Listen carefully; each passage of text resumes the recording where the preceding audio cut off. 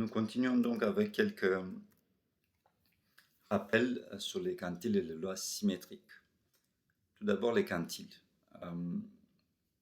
On va revenir sur ce genre de notion, mais pour l'instant, on va donner juste la définition dans le cas simple où la loi a une fonction de répartition cumulative continue et d'ailleurs strictement croissante.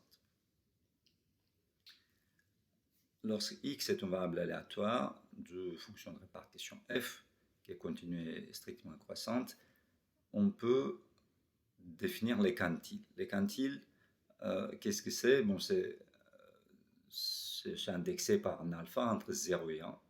Alors la quantile d'ordre alpha de la loi f est un nombre réel qui a la propriété suivante: probabilité que x soit inférieur ou égal à ce nombre égale alpha.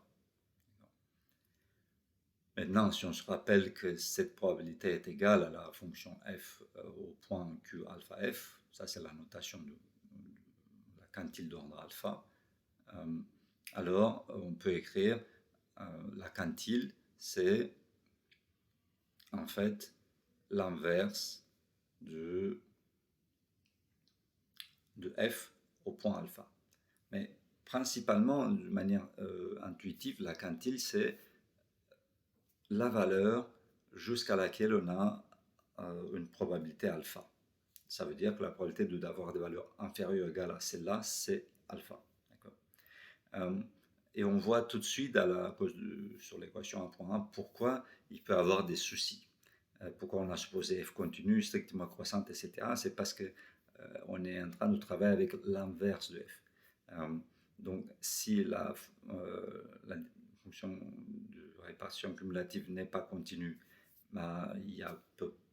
il se peut qu'il n'y ait pas de solution. Et si elle n'est pas strictement croissante, il peut y avoir trop de solutions. Ça veut dire plus d'une. De toute façon, on verra qu'est-ce qu'on fait dans ces cas-là, mais pour l'instant, on va juste se contenter de cette définition. Très bien. Continuons avec les lois symétriques. C'est assez sympa de connaître quelques propriétés parce qu'on va les utiliser, donc autant les regarder. Qu'est-ce que c'est une loi symétrique? Il s'agit par exemple d'une variable réelle. Quand elle n'est pas réelle, il faut discuter de la symétrie, de la bonne notion de symétrie. Mais quand la variable est réelle, la symétrie par rapport à 0, si elle est vraie, si x et moins x ont la même loi. Ça veut dire égalité en loi. D'accord, ce tilde. Très bien.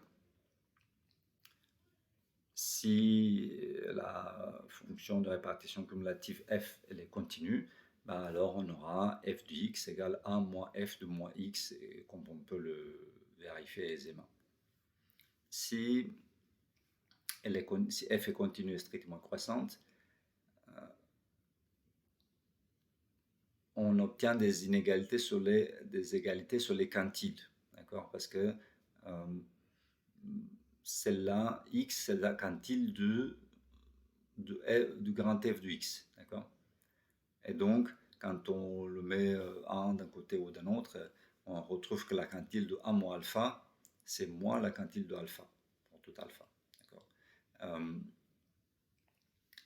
Si la loi a une densité, on obtient l'image intuitive qu'on a tous, c'est que cette densité, elle est symétrique par rapport à l'origine. Donc on a une courbe, par exemple la courbe gaussienne centrale, elle est symétrique par rapport à l'origine. Il peut y avoir de symétrie par rapport à d'autres choses, pas nécessairement par rapport à l'origine. Et donc, si on s'inquiète si on considère la symétrie par rapport à B, on va dire qu'une variable aléatoire x a une distribution symétrique par rapport à point B, donc pas par rapport à 0, mais par rapport à point B. Si x moins b a une distribution symétrique par rapport à 0, ça veut dire que quand on décale x de b, là c'est symétrique par rapport à l'origine. Ça veut dire que la variable y égale x moins b, elle satisfait ça. Donc, c'est que la loi de x moins b, ça doit être égal à la loi de moins x moins b, ça veut dire moins x plus b. Et en ajoutant des constantes, on change rien, donc ça veut dire la loi de x, elle est la même que la loi de 2b moins x. Ne pas oublier ce genre de petit détail, le 2b, il ne faut pas l'oublier quand c'est pas symétrique par rapport à 0. Qu'est-ce qu'on peut dire des valeurs extrêmes des lois symétriques? Donc, probabilité que x est supérieur à c, d'habitude c c'est quelque chose de grand qui fait que cette probabilité est petite, en tout cas dans les tests statistiques. Probabilité que module x, donc x un module soit supérieur à c, ça va être quoi? Ça va être la probabilité que x est supérieur à c, plus la probabilité que moins x est supérieur à c. Parce que le module, il est soit x, soit moins x. Et donc, c'est là, par contre, c'est la même que la probabilité que x est supérieur à c, puisqu'x et moins x sont la même loi. Donc, on retrouve deux fois la probabilité que x est supérieur à c. Et regardez, c'est le module qui est parti ici. Si on a une loi symétrique et qu'en 0, il n'y a pas de masse, la probabilité que x soit égal à 0 est nulle. Alors, il se trouve que le module, c'est indépendant de la variable aléatoire x positif. Très bien, voyons pourquoi. On va prendre un immesurable et on va s'inquiéter de la probabilité.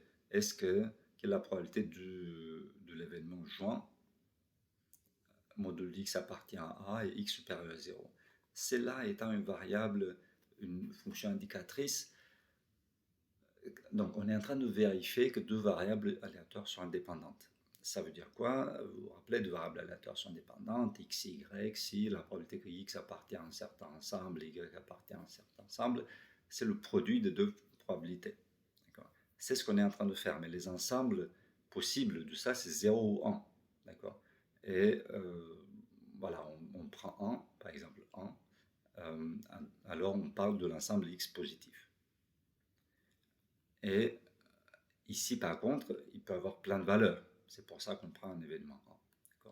Et donc, on voudra arriver à montrer quoi?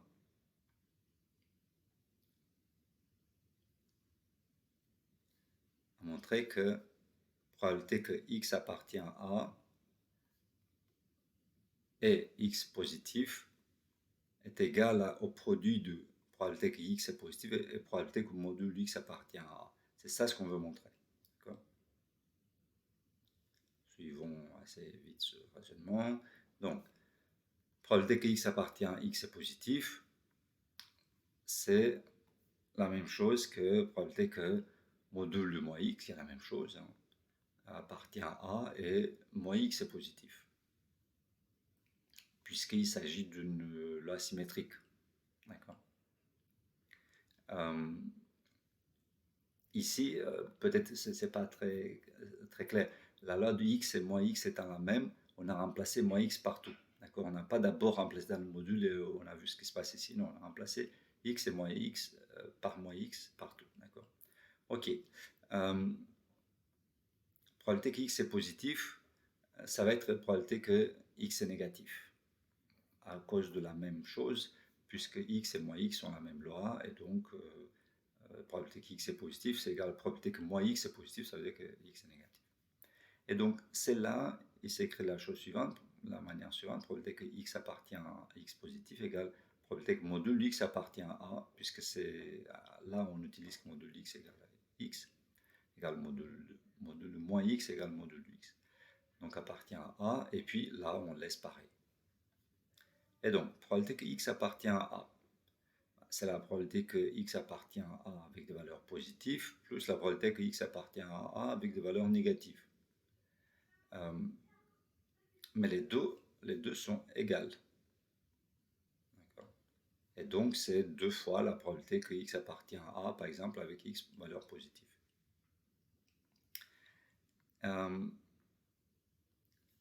Pourquoi on a négligé le fait que x peut aussi prendre la valeur 0? Parce que la probabilité 0 est nulle.